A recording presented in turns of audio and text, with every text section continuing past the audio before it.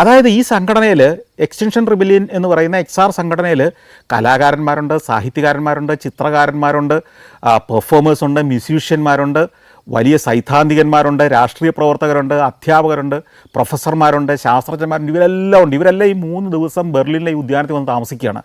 അതായത് സമരത്തിൻ്റെ രീതി, ജനങ്ങളെ ബോധവൽക്കരിക്കുന്ന രീതി ഒക്കെ വളരെ വ്യത്യസ്തമായി ലോകത്ത് മാറിക്കഴിഞ്ഞു.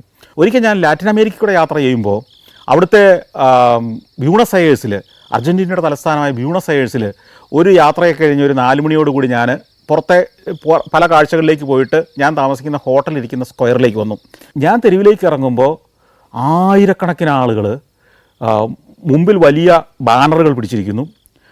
അതിൻ്റെ തൊട്ട് പുറകിലായിട്ട് ബാൻഡ്, ഗംഭീര ബാൻഡ് സെറ്റ്, ഡ്രമ്മ്, ട്രംപറ്റുകൾ ഇതൊക്കെയായിട്ട് ഇങ്ങനെ വരികയാണ്.